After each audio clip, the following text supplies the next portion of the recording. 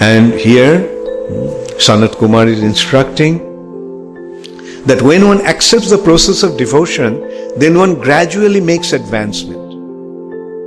And how is that advancement become manifest? What is the guiding factor? What is the deciding factor of advancement? The interest for hearing. More advanced one is, more interested he will be in hearing. But he is making a point of hearing from the self-realized soul. Not just hearing from any so-called sadhus and so forth. One must hear from the right source. And then only he'll derive the benefit.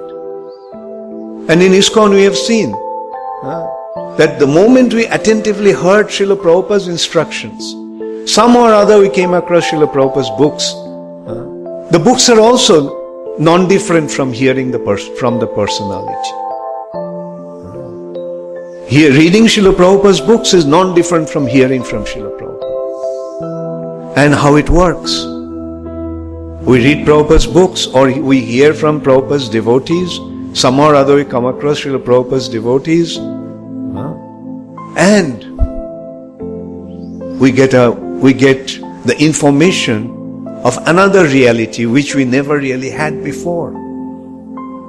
And our whole life becomes transformed. From the mundane platform, we become situated on the spiritual platform. Immediate elevation from one world to another. The quality of life changes.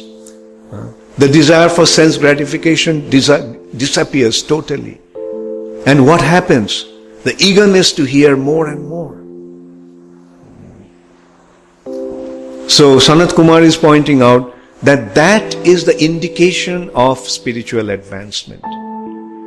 The more we make advancement, the more we will become interested in hearing.